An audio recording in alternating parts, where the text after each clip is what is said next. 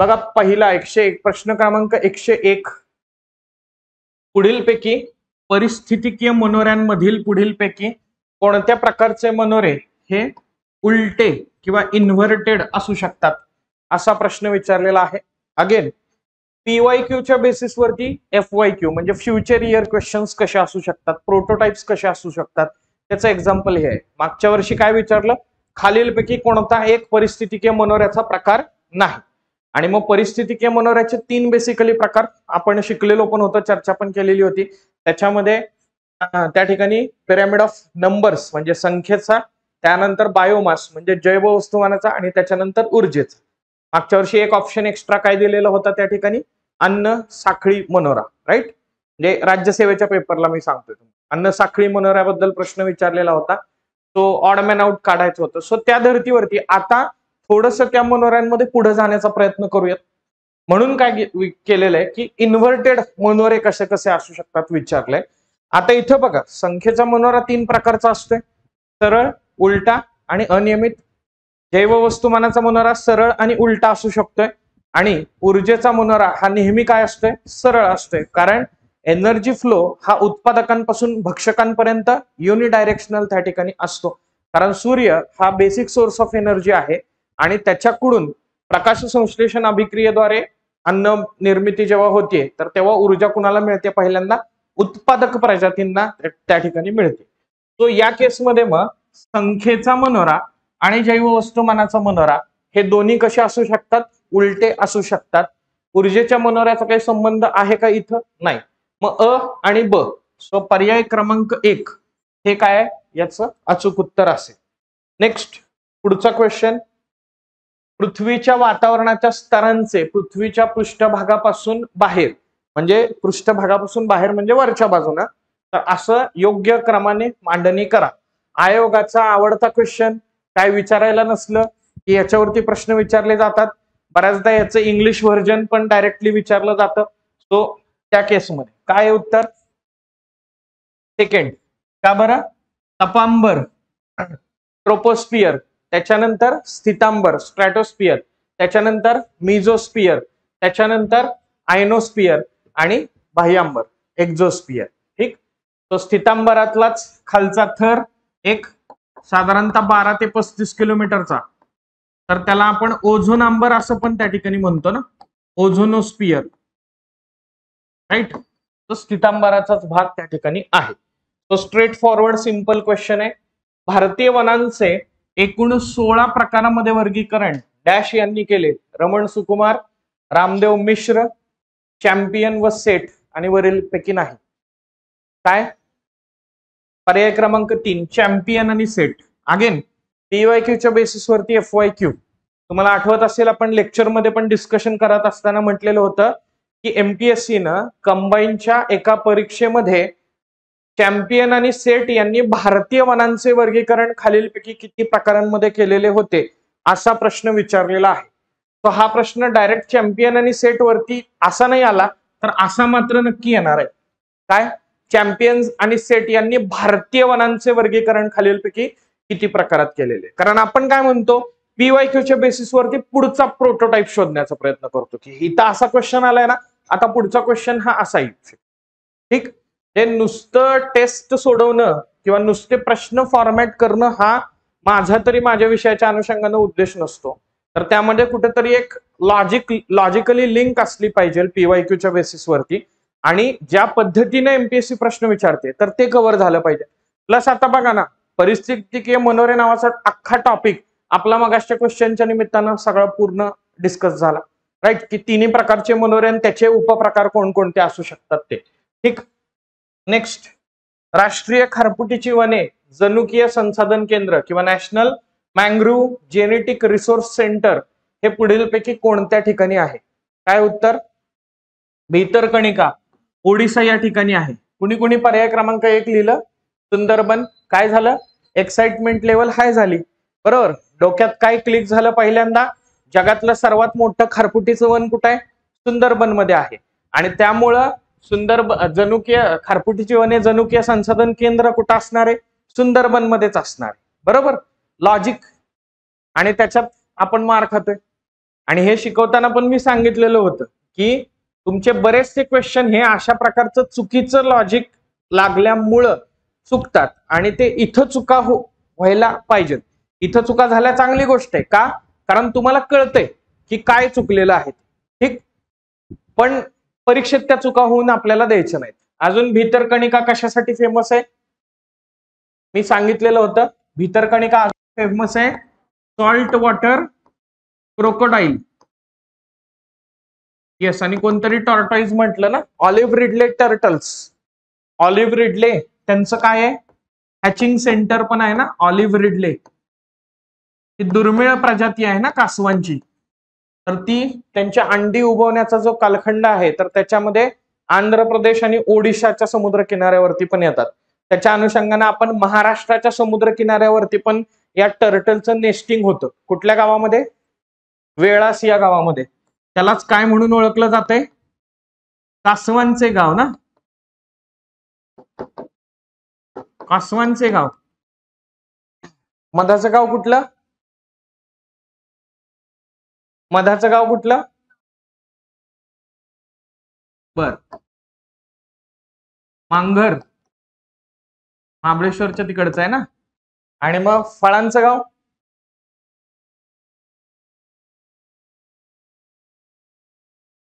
फळांचं गाव कुठलं? हा, धुमाळवाडी, फलटण तालुक्यात आहे ना. करंट मध्ये चर्चेत होतं. करंट रिलेटेड टू एन्व्हायरमेंटवर 100% प्रश्न येणार आहे तिथं. ठीक, कदाचित मला विचारायचा होता पण तो आता फोडला प्रश्न. ठीक, मी विचारणार नाही आता तो मुद्दा, कारण मग त्यातला स्कोप संपला. बघा, परिसंस्थेची उत्पादकता, प्रोडक्टिव्हिटी या संज्ञेसंबंधी पुढील विधाने विचारात घ्या आणि योग्य विधान निवडा. परिसंस्थेत एकक कालावधीमध्ये एकक क्षेत्रामध्ये संचयित होणाऱ्या सेंद्रिय पदार्थांच्या निर्मितीचा दर म्हणजे परिसंस्थेची उत्पादकता होय. आहे का बरोबर? एकक कालावधीमध्ये संचयित होणाऱ्या सेंद्रिय पदार्थांचा निर्मितीचा दर किती एका स्पेसिफिक टाइम फ्रेम मध्ये तिथं बायोमास तयार होते, तो त्याला उत्पादकता असं म्हटलं जाते.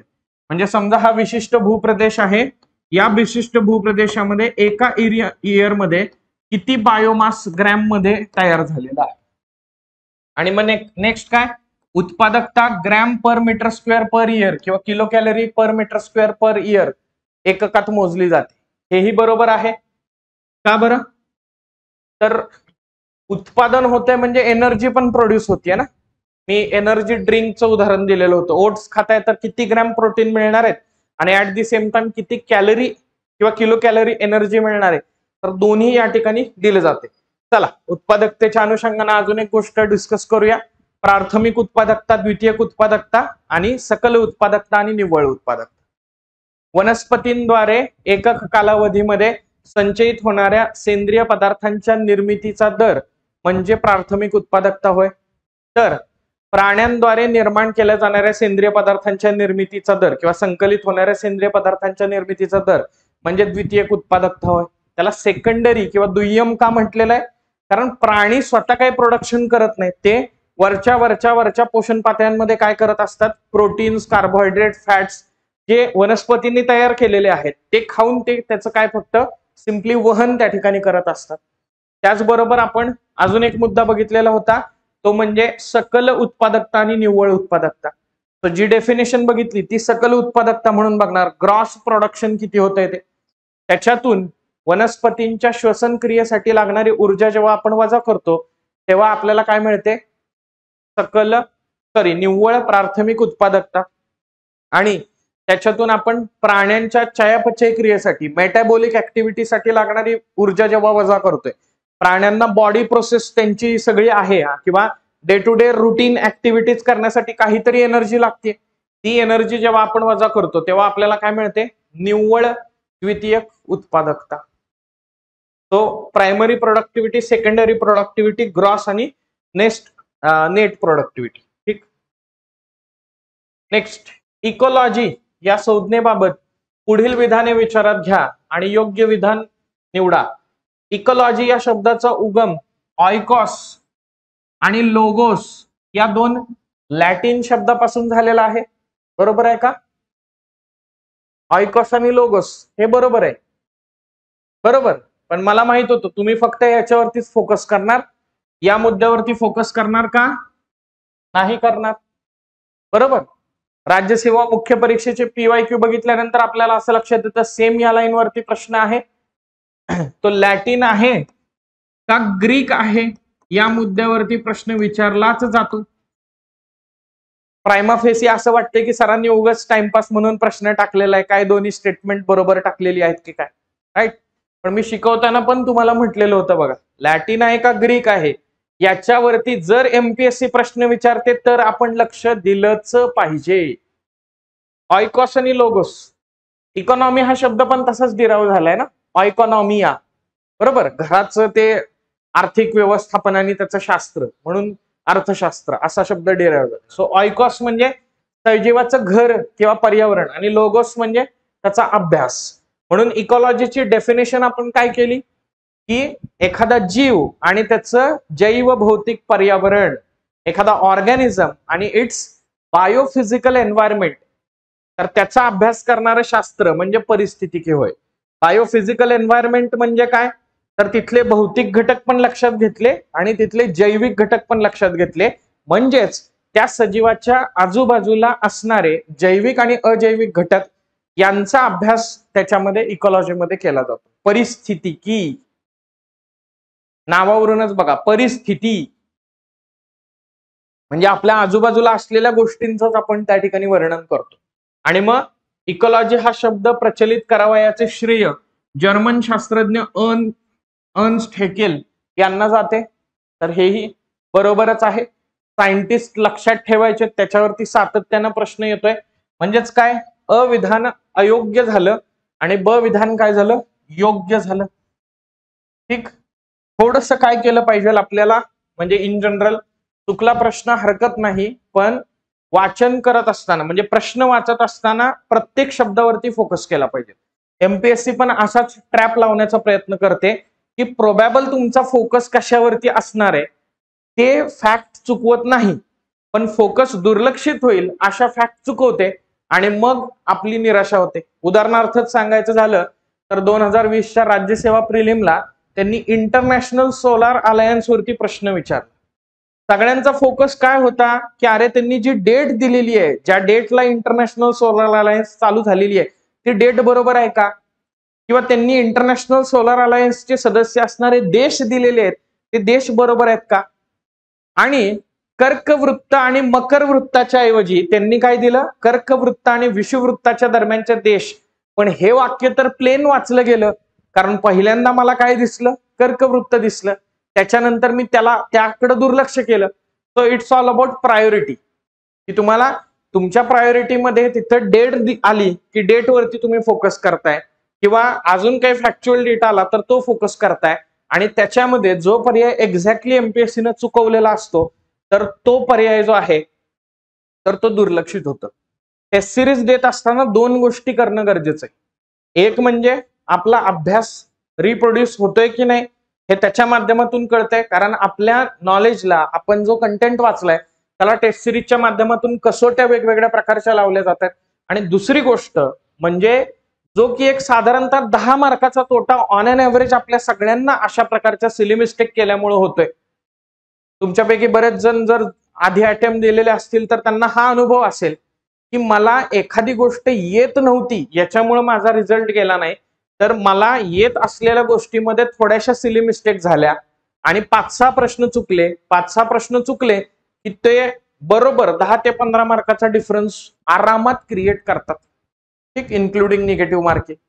आणि मग त्याच्यामुळे आपला रिझल्ट मागं जातो. मग शेवटच्या टप्प्यामध्ये या दोन्ही गोष्टींवरती काम झालं पाहिजे. आणि मी तर म्हणेन तुमच्या आतापर्यंत झालेल्या टेस्ट असतील किंवा आता चालू असलेल्या टेस्ट असतील, जो काही आपल्याला अतिरिक्त स्वरूपाचा कालावधी 2 महिन्याचा साधारणतः मिळालेला आहे, तर त्या कालावधीचं युटिलायझेशन त्या पॉइंट वरती रिवाइज करण्यासाठी करा. से फॉर एक्झाम्पल 25 प्रश्नांपैकी आपण कन्सिडर करूया की तुमचे 9 प्रश्न चुकले. आता एन्व्हायरमेंटच्या बाबतीमध्ये विचार केला तर त्या 9 प्रश्नांचे जे टॉपिक आहेत ना त्यांना रिव्हिजिट करा.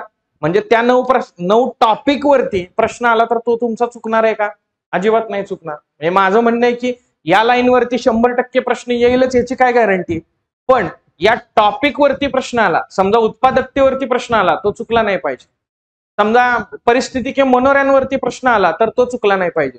अशा तुम्ही 10 टेस्ट सोडवताय आणि प्रत्येक टेस्टला जर तुम्हाला 15 टॉपिक मिळत असतील, म्हणजे 100 प्रश्नांची फुल लेंथ टेस्ट, 15 150 टॉपिक तर इथंच झाले ना. आता त्या 150 टॉपिक मधल्या किमान मी म्हणेन की 10 टॉपिक वरती तरी प्रश्न विचारला जाऊ शकेल. मग ते 10 टॉपिक वरती विचारला गेलेला प्रश्न 10 दुने 20 मार्कांची इम्प्रुव्हमेंट तुमची टेस्ट सिरीजच्या माध्यमातूनच होऊ शकेल. म्हणजे या अप्रोचनं थोडंसं टेस्ट सिरीजला टॅकल करण्याचा प्रयत्न करा आणि हे सगळं जपून ठेवा. म्हणजे पेपर घरी गेल्यानंतर ते कुठेतरी कप्प्यात पडतायत किंवा कुठेतरी लॉकरमध्ये ठेवले जात आहेत आणि नंतर बाहेरच काढले जात नाहीत, असं करू नका. Getting it? नेक्स्ट, भारतातील पुढीलपैकी कोणकोणत्या क्षेत्रामध्ये प्रवाळ भित्तिका किंवा कोरल रिप्स आढळतात? अंदमान निकोबार, लक्षद्वीप बेट, कच्छचा आखात, मन्नारचा आखात. काय उत्तर आहे? सगळेच बरोबर. बरोबर.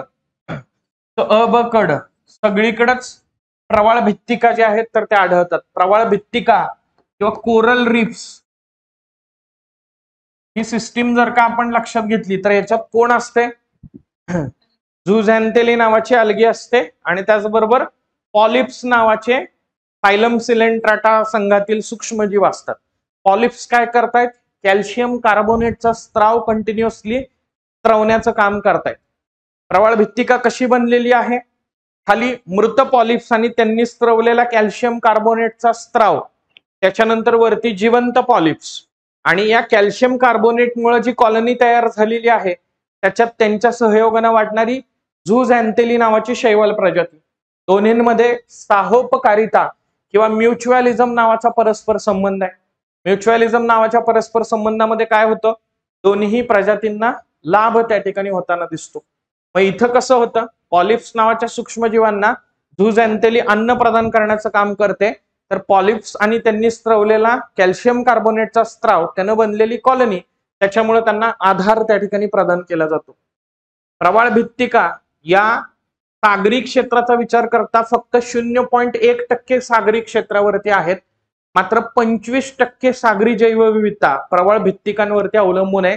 आपण हेही बघितलेलं होतं की म्हणूनच त्यांना फाउंडेशन स्पीसीज किंवा प्राथमिक किंवा पायाभूत प्रजाती असं त्या ठिकाणी संबोधलं जातं.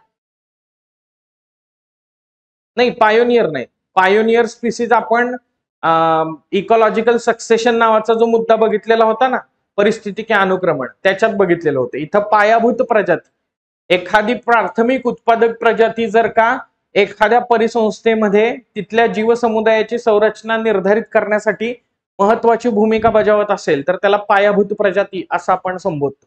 राईट. प्रवाळ भित्तिकांच्या सुयोग्य वाढीसाठी साधारणपणे 20 ते 25 डिग्री सेल्सिअस तापमान कक्षा, त्याच्यानंतर स्थिर क्षारता, त्याच्यानंतर स्वच्छ आणि उथळ पाणी, साधारणतः 180 फुटापेक्षा कमी खोली असलेलं पाणी, अशा आणि मुबलक प्रमाणामध्ये सूर्यप्रकाश, अशा गोष्टींची आवश्यकता असते.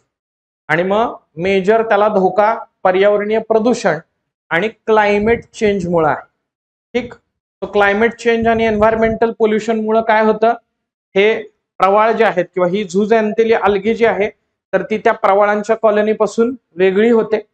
त्याचबरोबर ही वेगळी झाल्यामुळं हे ज्या झूझॅन्थेली अलगी आहे तर त्याच्यामधलं जे फोटोसिंथेटिक पिगमेंट आहे, प्रकाश संश्लेषक रंगद्रव्य, ज्याच्यामुळे त्याला वेगवेगळे कलर्स प्राप्त झालेले, तर ते नाहीसं व्हायला लागतं आणि रंगीबेरंगी दिसणारे प्रवाळ जे आहेत तर ते पांढरे पडायला लागतात. यालाच आपण काय टर्म यूज करतो? कोरल ब्लिचिंग असं त्या ठिकाणी म्हणतो. बघा, एका याच्यामध्ये सगळ्या गोष्टी क्लिअर झालेल्या आहेत. ठीक. तर इथं अ ब क ड बरोबर. जैव भू रासायनिक चक्रासंबंधी पुढील विधाने विचारात घ्या आणि काय अयोग्य विधान निवडा. जैव भू रासायनिक चक्र, बायोजिओकेमिकल सायकल, तो निसर्गामध्ये आपल्याला दिसतात आणि यांच्या माध्यमातून सजीवांच्या अजैविक घटकांच्या गरजा ज्या आहेत तर त्या भागवल्या जातात. मग ती ऑक्सिजनची गरज असेल, मग ती कार्बन डायऑक्साईडची गरज असेल, मग ती त्या ठिकाणी नायट्रोजनची गरज असेल किंवा इतर जे आपण ज्याला मायक्रोन्यूट्रिएंट्स म्हणतो तर त्यांची गरज असेल, तर त्या सजीवांच्या अजैविक घटकांच्या गरजा या जैवभू रासायनिक चक्रांच्या माध्यमातून भागवल्या जातात आणि त्या घटकांचं अजैविक घटकांचं चक्रीकरण जे आहे तर ते आपल्याला निसर्गामध्ये किंवा पर्यावरणामध्ये बघायला मिळतं. ठीक. मग आता बघा, पोषण द्रव्यांचे परिसंस्थेतील वहन अजैविक घटकांकडून जैविक घटकांकडे आणि पुन्हा जैविक घटकांकडून अजैविक घटकांकडे, ठीक, तो अशा प्रमाणात होत असते. बरोबर आहे का? बघा, वनस्पती श्वसन करतात, कार्बन डायऑक्साईड शोषून घेतात आणि ऑक्सिजन जो आहे तर तो बाहेर टाकतात. प्राणी प्रजाती ऑक्सिजन जो आहे तर तो शोषून घेतात, त्यांचं वहन होतंय, त्याच्यानंतर परत उच्छ्वासावाटे कार्बन डायऑक्साईड त्या ठिकाणी बाहेर टाकतात. नायट्रोजन सायकल आपण बघितलेलं होतं, नायट्रोजन फिक्सेशन होतंय, नायट्राईट आणि नायट्रेट मध्ये रूपांतर होतंय N2चं, त्याच्यानंतर तो वनस्पतींद्वारे शोषला जातोय, त्याच्यानंतर पुन्हा एकदा डिनायट्रिफिकेशनची प्रोसेस होतीये आणि पुन्हा मुक्त स्वरूपात नायट्रोजन बाहेर पडतोय. ठीक. नेक्स्ट, जैवभू रासायनिक चक्रांपैकी वायू चक्रांपेक्षा अवसादन किंवा भूचक्रांचा वेग हा जास्त असतो. काय आहे हे स्टेटमेंट? बरोबर आहे का चुकीचं आहे? बरोबर आहे का चुकीचं आहे? का स्टेटमेंटच कळलं नाही? दोन प्रकारची जैवभू रासायनिक चक्र आहेत, बरोबर. एक म्हणजे वायू चक्र म्हणजे गॅसियस सायकल आणि दुसरं म्हणजे अवसादन किंवा भूचक्र म्हणजे सेडिमेंटरी सायकल. सेडिमेंटरी सायकल आपण बघितलेलं होतं की खडकांचा अपक्षय किंवा विदरिंग ऑफ रॉक्सच्या प्रोसेसनं वेगवेगळी खडकांमधली मिनरल्स हे मृद जलामध्ये येतात आणि फायनली ती त्या ठिकाणी मृदेमध्ये सेटल त्या ठिकाणी होतात. मग इथं काय विचारलंय? वायू चक्रांपेक्षा अवसादन किंवा भूचक्रांचा वेग जास्त असतो. हे विधान चुकीचं आहे. का? कारण आपल्याला असं लक्षात येईल की वायू चक्र त्याची गती जी आहे तर ती अवसादन किंवा भूचक्रापेक्षा जास्त असते. लॉजिक जरी लावायचं म्हटलं तरी मृदा निर्मितीची प्रक्रिया ही एकदम स्लो प्रक्रिया आहे, राईट. तर त्यामुळं पर्याय क्रमांक 2 आपल्याला अयोग्य विधान विचारलेलं आहे, तो 2. बऱ्याच जणांनी वरीलपैकी नाही लिहिलेलं असेल. असं काय आहे का? विशिष्ट वाक्य रचना मिळाल्यानंतर आपण मग जास्त ताण घेत नाही, मग म्हणतो की हे दोन्ही बरोबर टाकलेलं असं, राईट.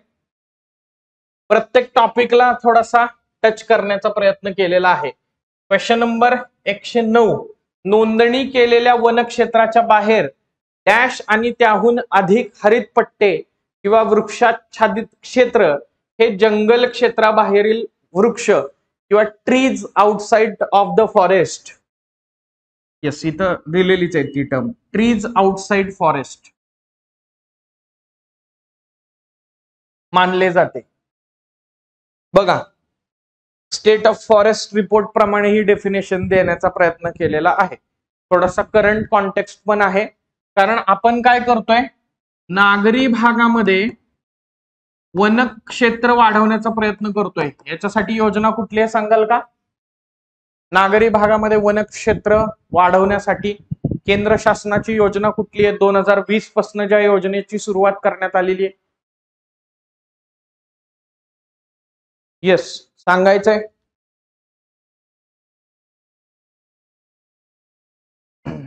नागरी भागामध्ये वनक्षेत्र, नगर वन योजना आहे ना, मिनिस्ट्री ऑफ एन्व्हायरमेंट, फॉरेस्ट आणि क्लायमेट चेंज. जे छोटे छोटे पॅचेस आहेत शहरी भागामध्ये किंवा नागरी भागामध्ये, तिथं वृक्षाच्छादन वाढवायचे. इथं काय विचारले बघा, वनक्षेत्राच्या बाहेर आणि डॅश आणि त्याहून अधिक हरित पट्टे आणि वृक्षाच्छादित क्षेत्र याला जंगलाबाहेरील वृक्ष असं मानलं जातं.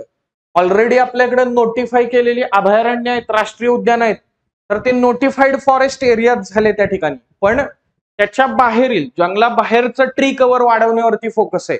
याच्यासाठी आपण एक मेथड बघितलेली होती बघा, Miyawaki method of afforestation. Japanese botanist Akira Miyawaki यांच्या नावावरून ती मेथड पडलेली आहे.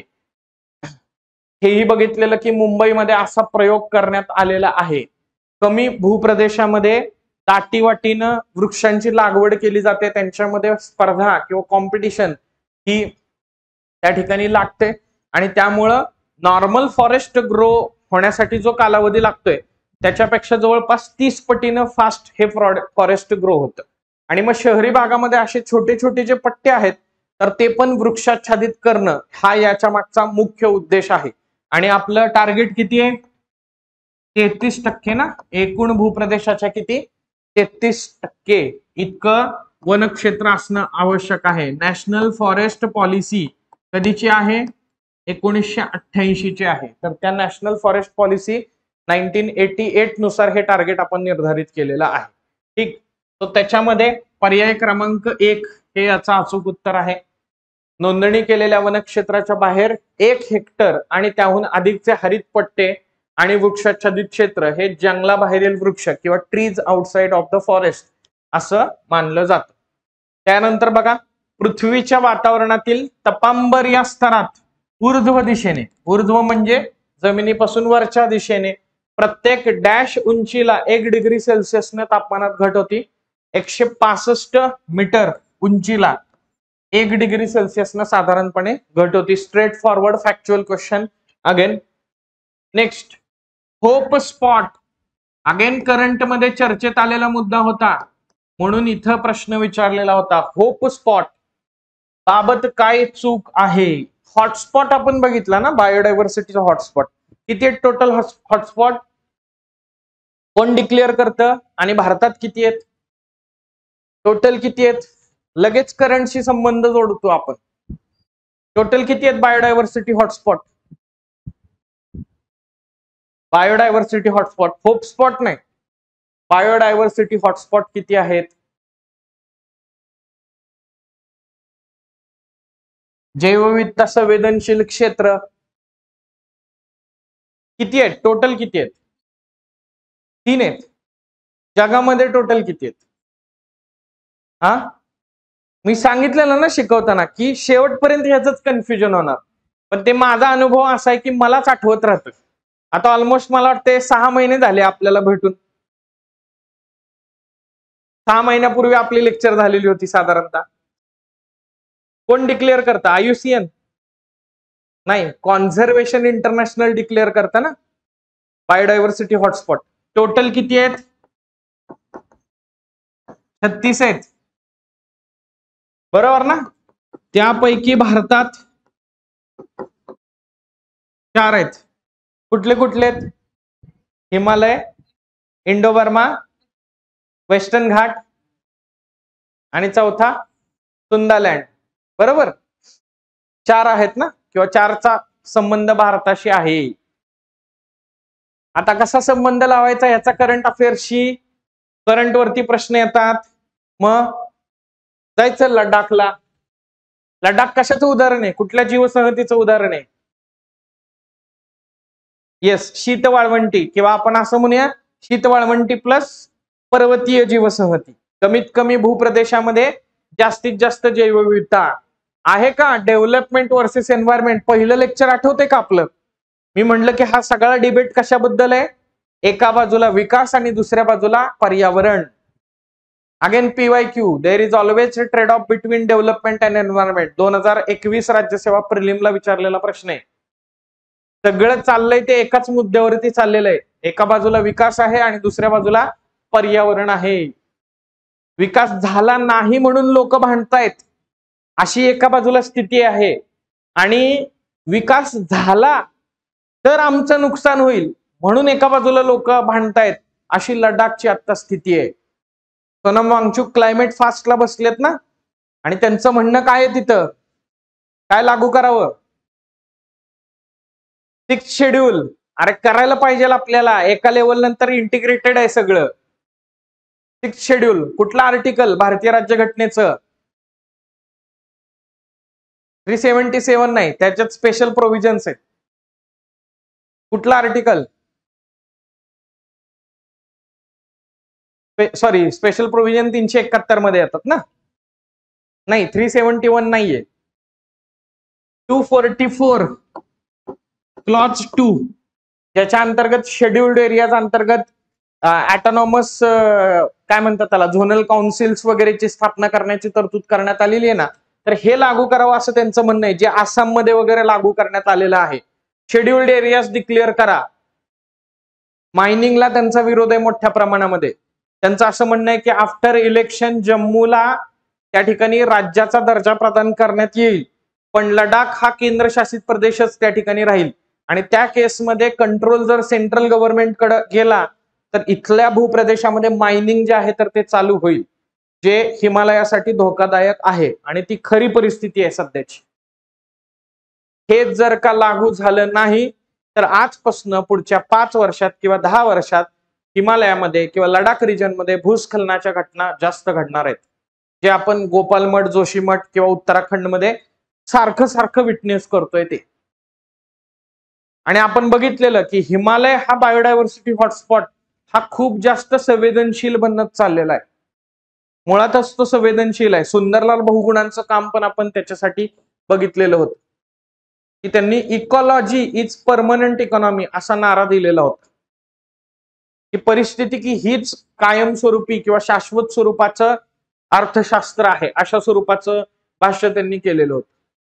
त्यांनी पण हिमालयन रिजन मध्ये डॅम्स कन्स्ट्रक्ट केले जात आहेत, डेव्हलपमेंटल ऍक्टिव्हिटीज होत आहेत. याचा इन लॉंग रन तिथल्या नागरिकांवरती गंभीर परिणाम होऊ शकतो हे अधोरेखित केलेलं होतं. तो सेम त्या लाईन्सवरती बायोडायव्हर्सिटी हॉटस्पॉट हिमालय आता चर्चेत होतोय. टोटल 36 आहेत, भारतामध्ये त्या ठिकाणी 4 आहेत. ठीक, हे बघितलंच आपण. आता त्या बायोडायव्हर्सिटी हॉटस्पॉटच्या बेसिसवरती होप स्पॉट नावाची संकल्पना आलेली. जनरली आपण काय बघतो, बायोडायव्हर्सिटी हॉटस्पॉट हे कुठे दिसतात आपल्याला, तर भूस्थित परिसंस्थेमध्ये, म्हणजे टेरेस्ट्रियल इकोसिस्टीम किंवा टेरेस्ट्रियल बायोम किंवा एकंदरीतच भौगोलिक क्षेत्र जे आहे, भूस्थित भौगोलिक क्षेत्र, तर त्याचा पार्ट म्हणून आपल्याला दिसतात. पण होप स्पॉट म्हणून परिभाषित केलं गेलेलं क्षेत्र जे आहे तर ते महासागराचं क्षेत्र त्या ठिकाणी असते. आणि वन्यजीव आणि पाण्याखालील महत्वपूर्ण अधिवासामुळे त्याला विशेष संरक्षणाची आवश्यकता असते. तो पहिलं स्टेटमेंट तुम्हाला हे सांगण्यासाठी दिलेलं आहे की ह्याचं उत्तर यापैकी नाही आहे, म्हणजे सगळी विधानं जी आहेत तर ती बरोबर आहे. उद्देश काय होता की एक नवीन कन्सेप्ट तुमच्या समोर आलेली आहे तर तुम्हाला ती सगळी कळेल. दुसरा मुद्दा, सध्या 1% पेक्षा कमी महासागर क्षेत्र हॉटस्पॉट म्हणून संरक्षित आहे, हेही विधान बरोबर आहे. आणि अंदमान आणि निकोबार बेटे आणि लक्षद्वीप बेटांना नुकतेच IUCN आणि मिशन ब्ल्यू या महासागरांच्या संवर्धनासाठी काम करणाऱ्या संस्थांद्वारे होप स्पॉट घोषित करण्यात आले. म्हणजे उद्या असा जर प्रश्न आला होप स्पॉट कोण घोषित करतं, तर IUCN आणि मिशन ब्ल्यू हे 2 लक्षात ठेवायचे. राईट, मिशन ब्ल्यू आहे म्हटल्यानंतर ब्ल्यू इकॉनॉमी म्हणल्यावर आपण कशावरती, महासागरावरती फोकस करतोय, म्हणजे लॉजिकली ते लक्षात ठेवायचे. सिंपल ट्रिक बनवायचे. मी युट्यूबवर आजकाल बघतोय कॉम्प्लिकेटेड ट्रिक बनवून कसं लक्षात ठेवायचं ते सांगतात. मग त्यापेक्षा साधं लक्षात ठेवलेलं काय वाईट आहे, म्हणजे कारण मग ते कॉम्प्लिमेंटेड काय म्हणतात त्याला, कॉम्प्लिकेटेड ट्रिक बनवून लक्षात ठेवायचं म्हणजे परत प्रॉब्लेम. म्हणजे ते एक मी किस्सा त्या दिवशी वाचला की एका विद्यार्थ्यानं कॉप्या केलेल्या होत्या आणि त्या कॉप्या वेगवेगळ्या ठिकाणी ठेवल्या आणि कुठं कुठली कॉपी ठेवलेली आहे, म्हणजे पायात उजव्या पायातल्या सॉक्स मध्ये कुठली आहे, डाव्या पायातल्या सॉक्स मध्ये कुठली आहे, उजव्या खिशात कुठली, डाव्या खिशात कुठली, ह्याची एक कॉपी बनवली. आणि शिक्षकांनी ते पकडलं आणि शिक्षक म्हणतायत हा उजव्या पायातनं पोएम काढ, डाव्या पायातनं सविस्तर उत्तर काढ. ते पोरग म्हणते अरे मास्टरला एवढं कसं काय कळलं डिटेलमध्ये, तर त्यानं त्या कॉप्या कुठे ठेवल्यात ह्याची एक कॉपी बनवलेली होती. म्हणजे असल्या गोष्टींना काय अर्थ आहे का की सिंपल गोष्टी कॉम्प्लिकेट करायच्या. त्यापेक्षा एक बेस्ट काम करा, रिपिटेटिव्ह रिव्हिजन द्या. जेवढं तुम्ही टेम्पररी मेमरी मधून परमनंट मेमरीमध्ये ते घालवण्याचा प्रयत्न करा, 100% लक्षात राहणार. बघा ना, तुम्ही लहानपणी म्हणजे शाळेत असताना काही टॉपिक तुम्ही इतके चांगले अभ्यासलेत की आता पण ते लक्षात राहते. किंवा स्टेट बोर्ड जेव्हा तुम्ही वाचायला सुरुवात केली असेल तेव्हा एका रिडिंग मध्ये तुम्हाला ते सगळं रिकॉल झालेलं असेल. का? कारण ते इतक्या वेळा तुम्ही त्या ठिकाणी रिवाइज केलं, कदाचित त्या वेळेच्या एक्झाम प्रेशरमुळं किंवा त्याचा एरिया ऑफ इंटरेस्ट कदाचित तुम्हाला त्याच्यात असेल, त्यामुळं तुम्हाला अजूनही लक्षात. खास करून काही जणांचा संस्कृत असेल 10वी पर्यंत. बघा 10वी नंतर संस्कृतचा काहीही संबंध आलेला नसेल तुमचा, पण संस्कृतची सुभाषित वगैरे पाठ आहेत, बरोबर. आणि 10वी नंतर ज्या ज्या गोष्टींचा संबंध इंजिनिअरिंगला किंवा कुठल्याही फील्डमध्ये तुम्ही जे ग्रॅज्युएशन केलंय त्यात आलेला आहे, त्यातलं मला काय लक्षात आहे का सांग. म्हणजे ही अशी परिस्थिती का, तर तेव्हा आपण जे केलेलं होतं तर ते टेम्पररी मेमरीसाठी केलेलं होतं, की उद्या परीक्षा आहे तर आज नाईट मारली, सगळं रट्टा मारला, शार्पच्या नोट्स घेतल्या आणि त्या नोट्स वरती सगळं पेपर लिहून मोकळं झालं. ठीक, तो लक्षात ठेवा. Hope spot. नेक्स्ट, परिस्थितिकी अनुक्रमणाच्या प्रक्रियेदरम्यान एखाद्या क्षेत्रातील जीवसमुदायाच्या बदलाचा संक्रमणात्मक स्तर डॅश म्हणून ओळखला जातो. टेराल स्तर, परिसीमा स्तर, अनुक्रमण स्तर किंवा वरीलपैकी नाही. काय काय झालं? अच्छा, ओके, हा राहिला. जलीय जीवसंहतीत पाण्याच्या पृष्ठभागावर तरंगणाऱ्या मात्र पृष्ठभागाला न चिकटलेल्या सूक्ष्मजीवांना काय म्हटलं जातं? हा, काय म्हटलं जातं? आपण ॲक्वेटिक ऑर्गॅनिझम्स बघितलंय ना, न्यूस्टॉन्स म्हटलं जातं. म्हणजे हा पृष्ठभाग आहे तर इथं असे तरंगतायत पण इथं चिकटलेले नाहीयेत एक्झॅक्ट, त्यांना न्यूस्टॉन्स. प्लॅंक्टन्स उत्पादक प्रजाती आहेत, बरोबर. प्लॅंक्टनचे दोन प्रकार आहेत, एक फायटोप्लॅंक्टन आणि दुसरं झूप्लॅंक्टन.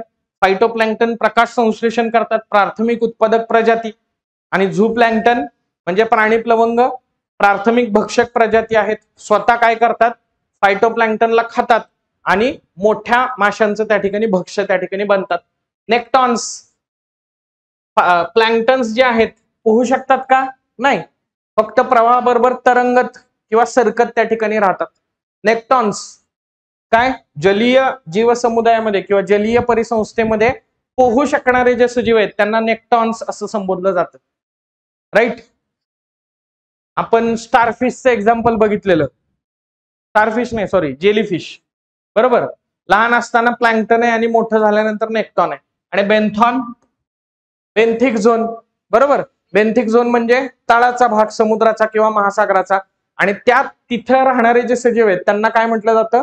बेंथॉन्स असं त्या ठिकाणी म्हटलं जातं. बघा, चारही कन्सेप्ट क्लिअर. ठीक, न्यूस्टॉन्स हे उत्तर आहे. उष्ण वाळवंटी जीवसंहतीत प्राण्यांमध्ये खालीलपैकी कोणते अनुकूलन आढळते? जमिनीत बीळ करून राहतात, बरोबर आहे का? तर यस, बरोबर आहे. जमिनीत बीळ करून राहिल्यामुळे काय होतं, वरचं जे सरफेसचं टेम्परेचर असतं त्याच्यापेक्षा जमिनीतलं खालचं टेम्परेचर हे कमी असतं. म्हणून बघा, भुयारात किंवा असं जमिनीच्या खाली एखादी जर का रूम असेल, खंदक असेल, तर त्याच्यामध्ये आपल्याला गारवा जाणवतो.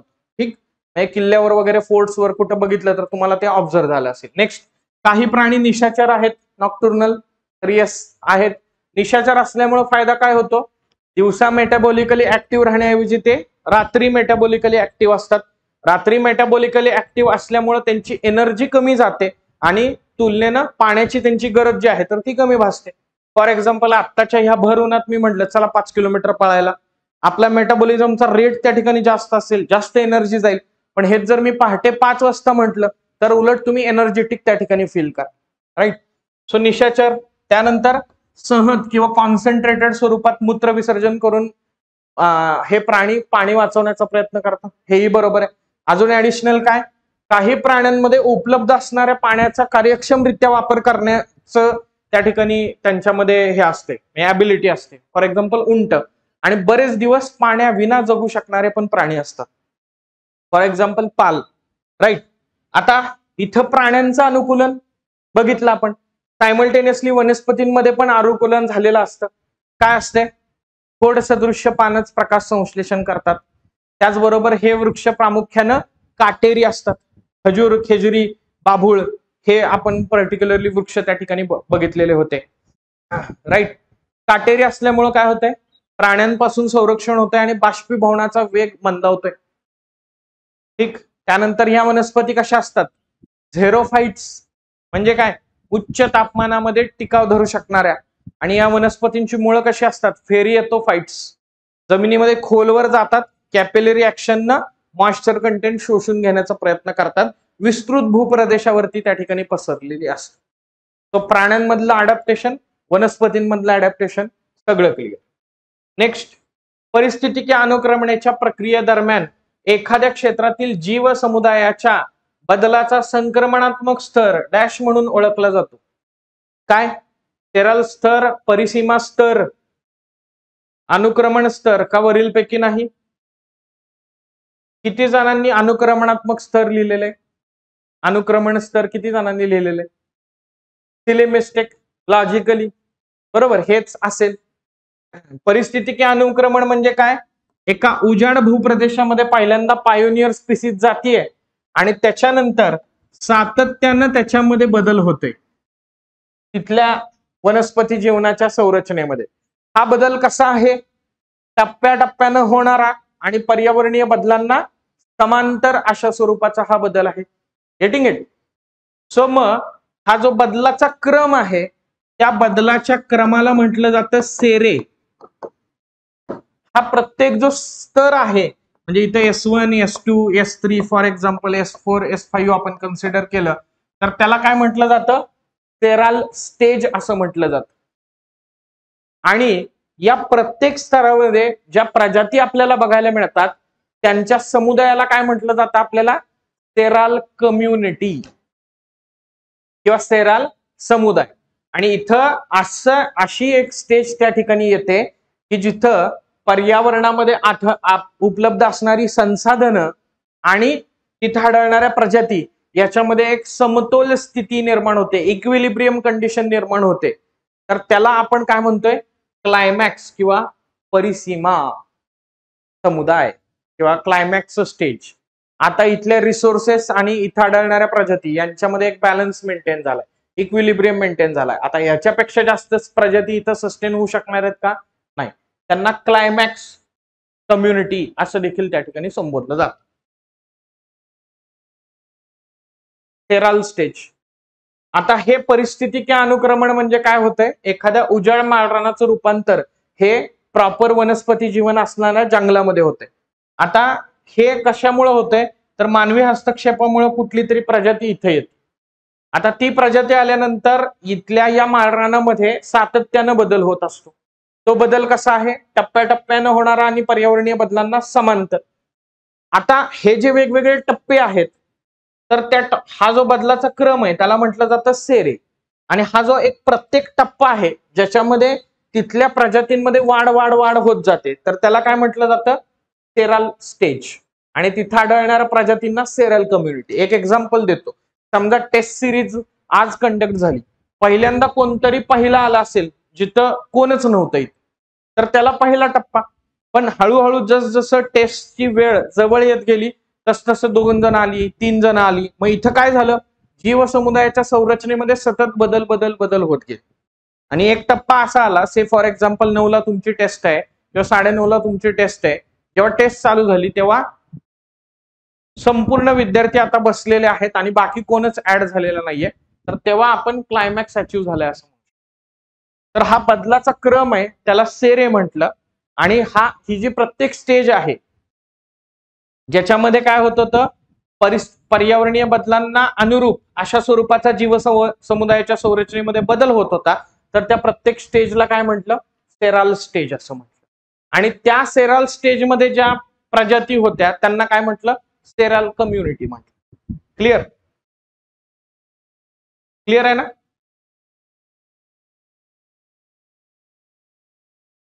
ओके. नेक्स्ट, भारताचे एकूण जैव भौगोलिक प्रांतात वर्गीकरण केले जाते. भारताचे एकूण तिथं डॉट डॉट डॉट पाहिजे, जैव भौगोलिक प्रांतात वर्गीकरण केले जाते. किती किती आहे? पहिला ऑप्शन 10 आहे. किती जणांनी पर्याय क्रमांक 1 टिक केलाय? का केलाच नाही? अरे सांगा की, मी काय आयोग आहे का निगेटिव्ह मार्किंग करायला? आपण रंगीत तालीम करतोय. किती जणांनी केलाय पर्याय क्रमांक 1?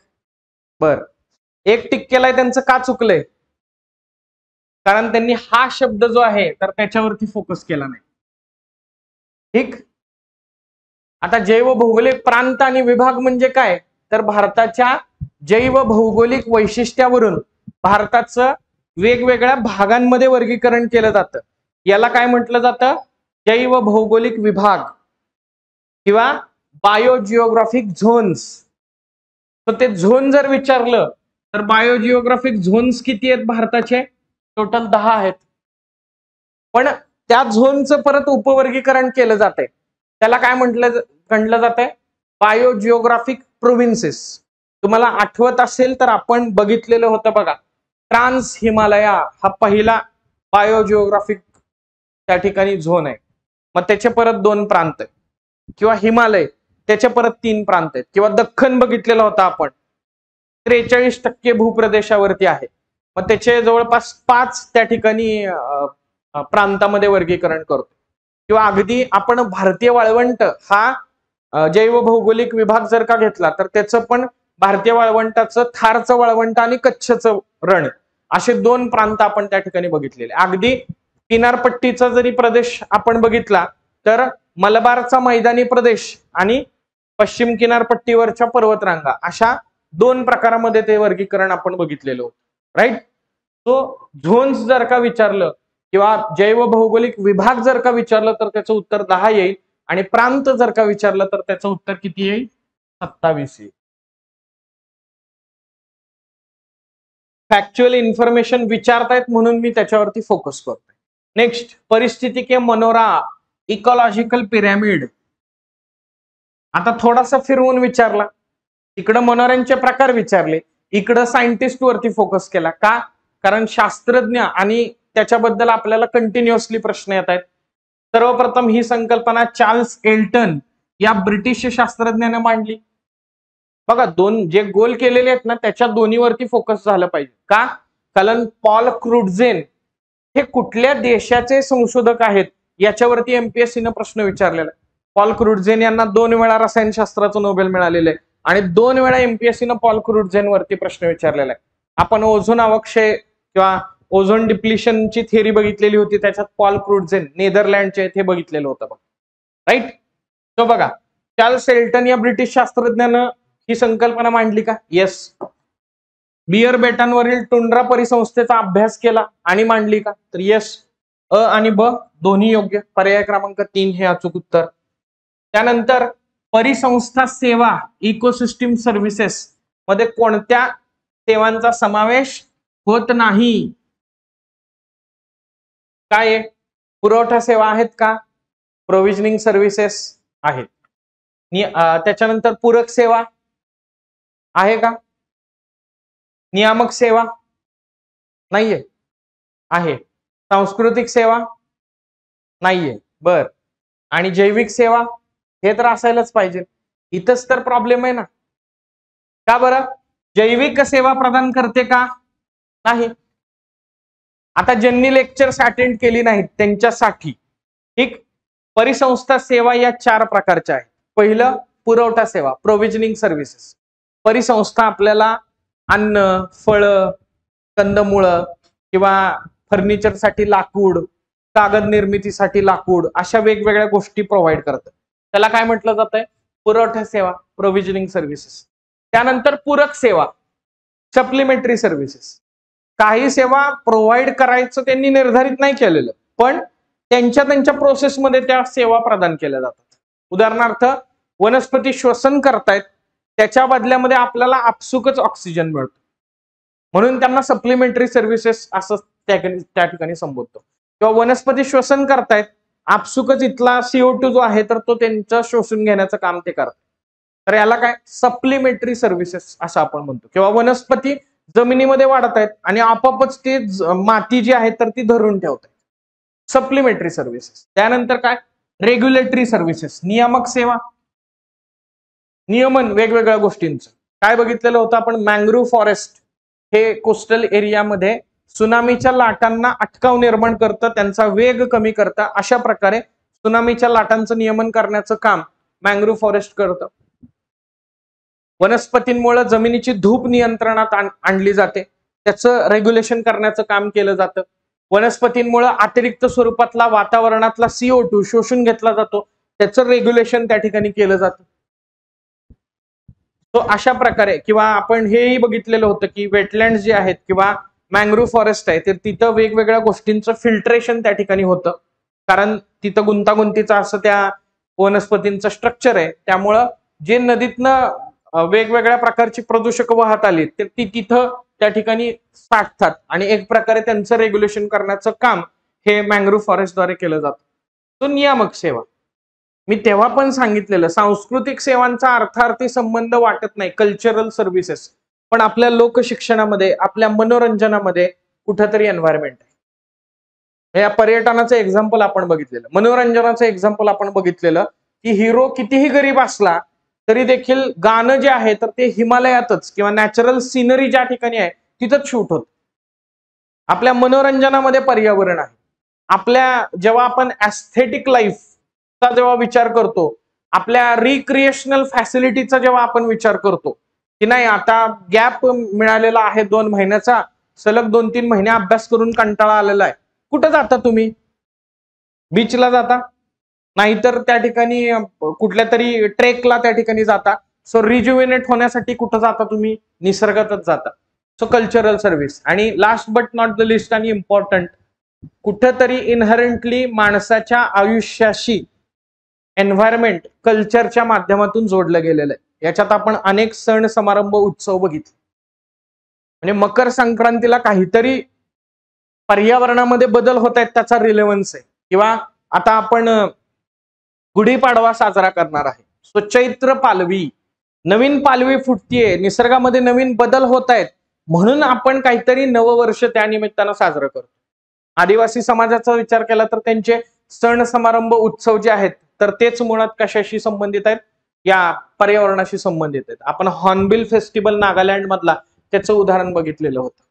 त्याच्यानंतर सांगाई महोत्सव मणिपूर मधला त्याचं उदाहरण आपण बघितलेलं. राईट. सो पुरवठा सेवा, पूरक सेवा, नियामक सेवा आणि सांस्कृतिक सेवा या सेवा परिसंस्थेद्वारे प्रदान केल्या जातात. जैविक सेवा प्रदान केल्या जात नाहीत अधिकृतरित्या. राईट. सो पर्याय क्रमांक 4 हे अचूक उत्तर आहे. नेक्स्ट, वर्षावनांतील जीवसंहती संबंधी विधाने विचारात घ्या, अयोग्य विधान निवडा. येथील हवामान वर्षभर दमट स्वरूपाचे असते. काय आहे? असते का? बरोबर आहे. ठीक. वर्षावनांतील जीवसंहती काय? अक्षवृत्तीय विस्तार 0 डिग्री ते 10 डिग्री अक्षवृत्तादरम्यान उत्तर आणि दक्षिण गोलार्धामध्ये आपल्याला वर्षावनातील जीवसंहती बघायला मिळते. वर्षभर हवामान दमट स्वरूपाचे असते. येथे साधारणतः दररोज पाऊस पडतो का? हो. दररोज सांद्रीभवन होतं, दररोज पाऊस पडतो. 4 o'clock रेनिंग म्हणतो ना आपण. वर्षावनातील जीवसंहती म्हणजे विषुववृत्तीय प्रदेशाचा आपण विचार करतोय. येथील वृक्ष प्रजाती सदाहरित आहेत का? तर हे येस. अजून काय वैशिष्ट्य आहे? उन्हाळा आणि हिवाळा असे स्पष्ट ऋतू इथं आढळत नाही. दैनिक आणि वार्षिक तापमान कक्षा जास्त असते का कमी? कमी असते. बाय डिफॉल्ट लक्षात ठेवायचं, जिथं दमट हवामान तिथं दैनिक आणि वार्षिक तापमान कक्षा कमीच असते. दुसरी गोष्ट, मृदा ही कशी असते? आम्लयुक्त आणि पोषण द्रव्यांची कमतरता असणारी. का? कारण डिकम्पोजिशन किंवा कुजण्याची प्रक्रिया ही कंटिन्युअसली त्याच्यामध्ये चालू आहे. वृक्षांमध्ये स्ट्रॅटिफिकेशन किंवा स्तरीकरण झालेलं आढळतं. वृक्ष दाटीवाटीनं त्या ठिकाणी वाढताना आपल्याला दिसतात. स्तरीकरण कसं? सूर्यप्रकाशाच्या उपलब्धतेनुसार. अगदी 50 मीटर उंचीचे पण वृक्ष आढळतात, 30 मीटर उंचीचे पण, 20 मीटर उंचीचे पण, खुरट्या स्वरूपात पण वनस्पती जीवन आढळतं. काही काही ठिकाणी तर तुम्ही ते नॅशनल जिओग्राफिक वरती बघितलेलं असेल की इतकी थिक कॅनोपी असते की सूर्यप्रकाशाचं मुळात खाली पोहोचू शकत नाही. वर्षावनांतील जीवसंहती ही जगाचं फुफ्फुस म्हणून ओळखली जाते, कारण ऑक्सिजन प्रोड्यूस करणारी ही फॅक्टरी आहे. त्याचबरोबर पृथ्वीचं तापमान हे एका ऑप्टिमम लेवलला ठेवण्यामध्ये वर्षावनांतील जीवसंहतीची भूमिका महत्वाची आहे. ते जगामध्ये आढळणाऱ्या एकूण जैवविविधतेपैकी निम्म्यापेक्षा जास्त जैवविविधता वर्षावनांतील जीवसंहतीमध्ये आपल्याला बघायला मिळते. कीटक प्रजाती असतील, सरपटणाऱ्या प्रजाती असतील, तृणभक्षक प्रजाती असतील, मांसभक्षक प्रजाती असतील, अशा सगळ्याच प्रजाती इथं बघायला मिळतात. मानवी सहसंबंधाचा जर विचार केला तर कसं आहे? फारसं विकसित नाहीये, आदिम अवस्थेत आहे. मग आपल्या भारताचा जर विचार केला तर अंदमान निकोबारचा संदर्भ आपण इथं घेतो. ट्राईब्स तिथल्या लक्षात ठेवायच्यात, आगवा, जारवा आणि सेंटिनल. ठीक. पर्वतीय जीवसंहती आपण बघितली मगाशी लडाखच्या अनुषंगाने, होप स्पॉट आणि हॉटस्पॉटच्या हिशोबानं. लक्षात एक ट्राईब ठेवा. आता बघा, 6 महिने झाले आपल्या लेक्चरला, त्याच्यानंतर लगेच कॉन्टेक्स्ट कसा बदलतोय आणि करंट कॉन्टेक्स्ट कसा जोडला जातोय. पर्वतीय जीवसंहतीमध्ये पर्वत उतारावरती गवताळ कुरण आहेत आणि तिथं पशुपालन केलं जातं. कुठल्या ट्राईब्स आहेत त्या जम्मू काश्मीर मधल्या? बकरवाल, त्याच्यानंतर भूतिया आणि लेप्चा. आता जम्मू काश्मीर चं आरक्षण विधेयक मंजूर झालं, त्याच्यामध्ये त्यांनी लाईन ऑफ ऍक्च्युअल कंट्रोलच्या तिथले जे लोक आहेत तर त्यांचं जे काय म्हणतात त्याला, त्यांच्यासाठी जी टर्म वापरली जात होती ती वंचित प्रवर्ग अशी वापरली जात होती, त्याच्याऐवजी बदल करून विशेष मागास प्रवर्ग असं त्या टर्म मध्ये बदल केला. आणि त्याला जस्टिफिकेशन देत असताना अमित शहानी संसदेमध्ये बकरवाल ट्राईबचा उल्लेख केला. हे मला असं म्हणायचं नाही की असा प्रश्न येणारे करंट मध्ये की अमित शहानी कुठल्या ट्राईबचा उल्लेख केला. मला असं म्हणायचं की ट्राईबचा उल्लेख आला ना लगेच बघून घ्या, बकरवाल, भूतिया, लेप्चा शिफ्टिंग स्वरूपात करतायत ना ते. स्नो लाईन वरती गेली की वरच्या अप्पर रिचेस मध्ये जात आहेत हिमालयाच्या आणि परत लोअर रिचेस मध्ये त्या ठिकाणी येत आहेत. बघा काय करंट लिंक करायचं म्हणजे जास्त काय करायचं नाही, स्टॅटिक जे वाचलंय ना त्याचाच सिंथेसिस करण्याचा प्रयत्न करा आणि काय ऍडिशनल पॉइंट आहेत ते लगेच बघून घ्यायचे की बाबा सगळ्या जगाला माहितीये ना की 6 शेड्यूलची मागणी तिथं चाललेली आहे. पण मग बघा ना 6 शेड्यूल मध्ये काय आहे. 6 शेड्यूल मध्ये गेल्यानंतर आर्टिकल 224 क्लॉज 2 तुम्हाला तिथं दिसेल. मग त्याच्या बाबतीतल्या आसामच्या तरतुदी बघा. मग 6 शेड्यूल लागू केल्यामुळे तिथल्या स्थानिक लोकांना काय अधिकार प्राप्त होतात ते बघा. That's it. प्रश्न त्याच्यावरती येणार आहे. प्रश्न सोनाम वांगचुक क्लायमेट फास्टवर बसले असं नाही येणार. प्रश्न असा येणार की 6व्या परिशिष्टाबाबत खालील विधाने विचारात घ्या. प्रश्न असा येणार की 10व्या परिशिष्टाबाबत खालील विधाने विचारात घ्या. आता त्याची तर वाटच लागलेली आहे सगळी 10व्या परिशिष्टाची. म्हणजे त्याच्याबद्दल काय काय खरं काय खोटं हाच प्रश्न निर्माण झालेला आहे. एनिवेज सगळी मजा चाललेली आहे ना. एका विशिष्ट भौगोलिक क्षेत्रात आढळणाऱ्या विविध सजीव प्रजातींच्या जीवसंख्येचा मिळून जो गट तयार होतो त्या समूहाला काय म्हणतात? जीवसमुदायाची संरचना, पहिला चॅप्टर. त्या समुदायाला काय संबोधलं जाते? काय? कम्युनिटी, समुदाय. कसं बघितलेलं होतं आपण जीवसमुदायाची संरचना? पहिला मुद्दा जीव, ऑर्गॅनिझम. म्हणजे काय कुणाला म्हटलं जातं जीव किंवा ऑर्गॅनिझम? स्वतंत्र अस्तित्व असणारा आणि पुनरुत्पादन प्रक्रियेद्वारे नवीन जीवाची निर्मिती करणारा परिस्थितीमधला मूलभूत घटक. त्यानंतर आपण प्रजाती बघितलेलं होतं. शरीर संरचनेत आणि दिसण्यात साधर्म्य आणि कार्यात्मक दृष्टिकोनातून सारखेपणा असणाऱ्या जीवांच्या समूहाला एकत्रितरित्या काय? प्रजाती, होमोसेपियन सेपियन. का? आपल्या सगळ्यांच्या शरीर संरचनेत आणि दिसण्यात साधर्म्य आणि कार्यात्मक दृष्टिकोनातून सारखेपणा आहे. त्याच्यानंतर विशिष्ट भौगोलिक क्षेत्र, तिथं आढळणारा सजीव प्रजातींचा जो गट आहे त्याला म्हटलं समुदाय. एखाद्या विशिष्ट भौगोलिक क्षेत्रामध्ये आढळणाऱ्या सजीव प्रजाती त्यांची अजैविक घटकांची होणारी आंतरक्रिया त्यातून तयार होणारा जो आकृतीबंध आहे त्याला म्हटलं जाते परिसंस्था. आणि त्या योगे आपण ecosystem is a basic structural and functional unit of environment अशी पण डेफिनेशन त्या ठिकाणी केली. नेक्स्ट मुद्दा आहे तो म्हणजे जीवसंहती. एकाच प्रकारच्या परिसंस्थांचा गट जो आहे तर त्याला आपण बायोम असं त्या ठिकाणी संबोधतो. उदाहरणार्थ वाळवंट घेतलं तर जगामध्ये जी काही उष्ण वाळवंट आहेत तर ती सगळ्यांना एकत्रितरित्या आपण काय म्हणतोय? Desert bio, right. आणि जीवसंख्या म्हणजे त्या भौगोलिक क्षेत्रामध्ये आढळणाऱ्या प्रजातींचा जो गट आहे तर त्यांचे मोजमाप त्या ठिकाणी केलं जाते एकाच प्रकारच्या प्रजातीचे, राईट. नेक्स्ट साहोपकारिता, म्युच्युअलिझम. आता याचं उत्तर मगाशीच सांगितलं जेव्हा आपण पॉलिप्स आणि झूज अँथेली बघितलं. या जैविक परस्पर संबंधाबाबत पुढील विचारात घ्या. या आंतरक्रियेत दोन प्रजाती एकमेकांवरती अशा प्रकारे अवलंबून असतात की ज्याद्वारे दोन्ही प्रजातींना लाभ होतो का? येस. बुरशी आणि शैवाल हे याचं उदाहरण आहे का? तर येस, बरोबर आहे. अ आणि ब दोन्ही योग्य. पर्याय क्रमांक 3. बायोटिक इंटरॅक्शन्स किती प्रकारचे? 6 प्रकारचे. पहिला प्रकार कुठला? शिकार, भक्षण, प्रिडेशन. एका प्रजातीस लाभ, दुसऱ्या प्रजातीस काय होते? नुकसान होते. लाभ कुणाला होतोय? फॉर एक्झाम्पल सिंहाला किंवा वाघाला होते. नुकसान कुणाचं होतंय? तर हरणाचं त्या ठिकाणी होते, त्याचा जीवच जातो. त्याच्यानंतर कॉम्पिटिशन, स्पर्धा. दोन्ही जीवांचं नुकसान. बरोबर का? तर ही अन्न, अधिवास क्षेत्र, सूर्यप्रकाश, पाणी अशा संसाधनांसाठी चाललेली दोन प्रजातींमधली स्पर्धा आहे. त्यानंतर आपण पॅरासिटिझम, परजीविता बघितलेलं होतं.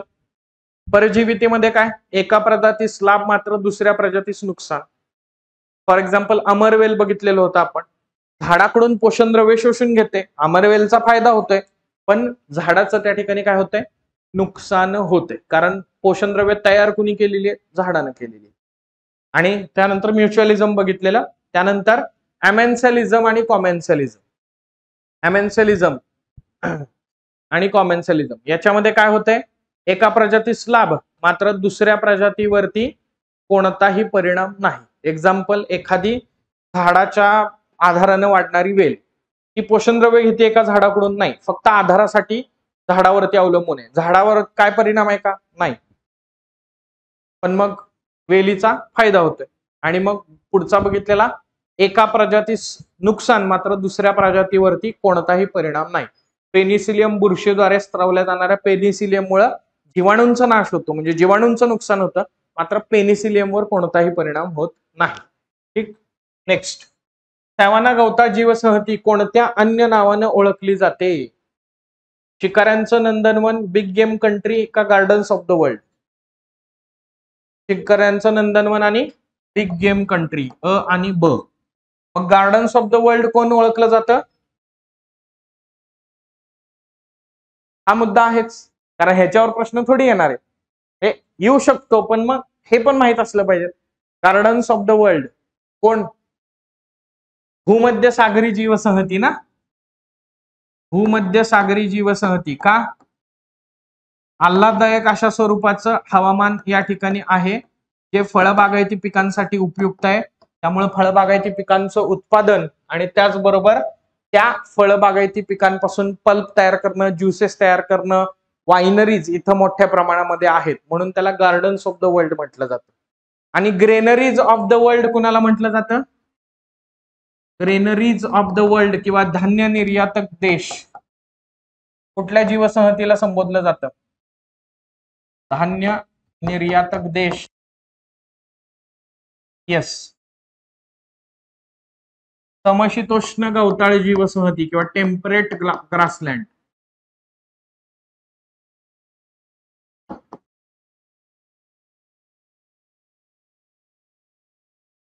समशीतोष्ण गवताळ जीवसंहती का बरं?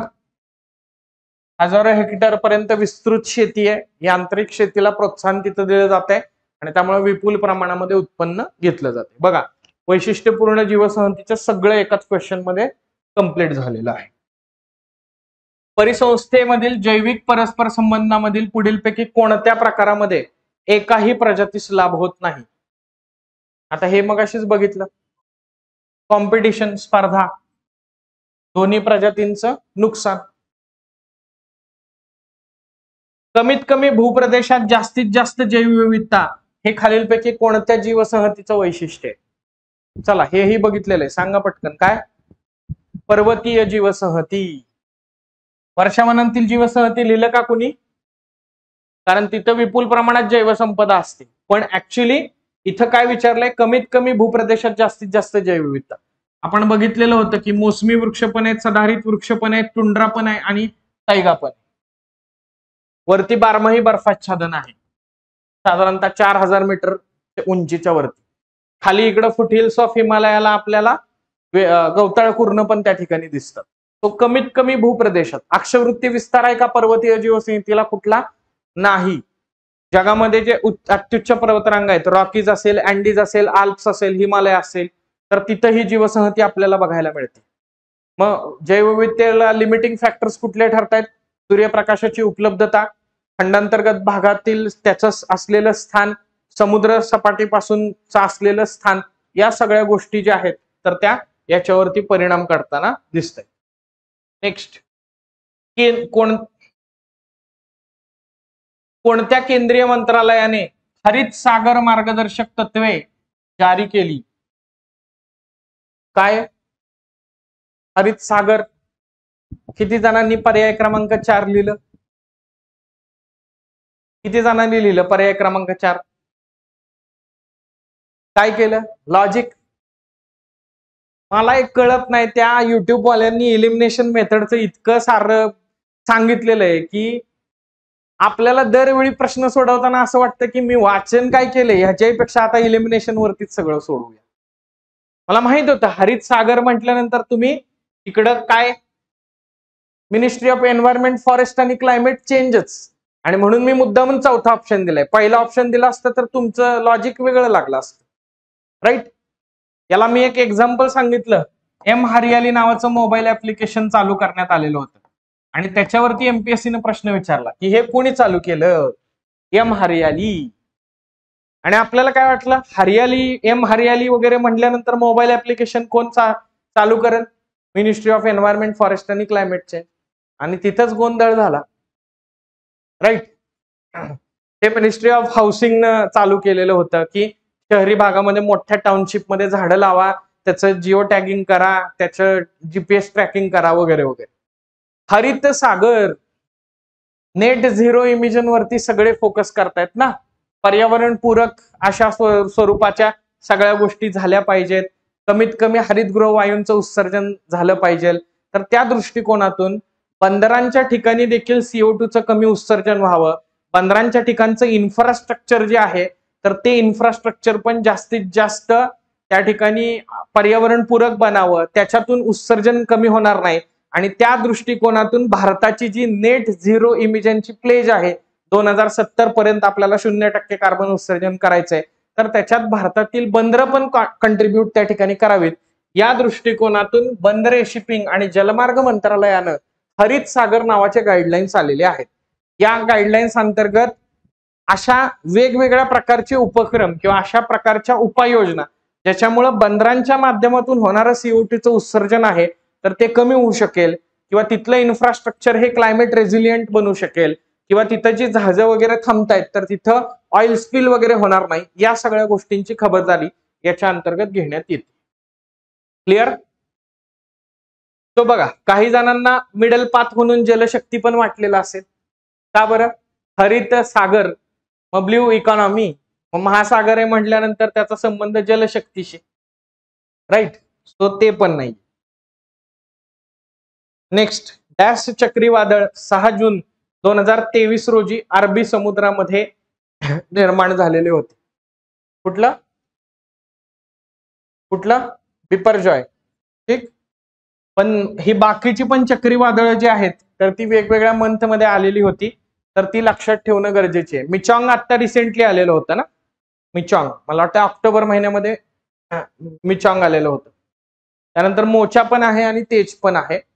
2000 मला वाटतंय 19 किंवा 18चा राज्यसेवा प्रिलिमचा पेपर आहे. सागर नावाच्या चक्रीवादळावरती त्यांनी प्रश्न विचारलेला, आणि प्रश्न विचारताना पण त्यांनी ते कुठं आलेलं होतं ह्याच्यावरतीच विचारलेला होता.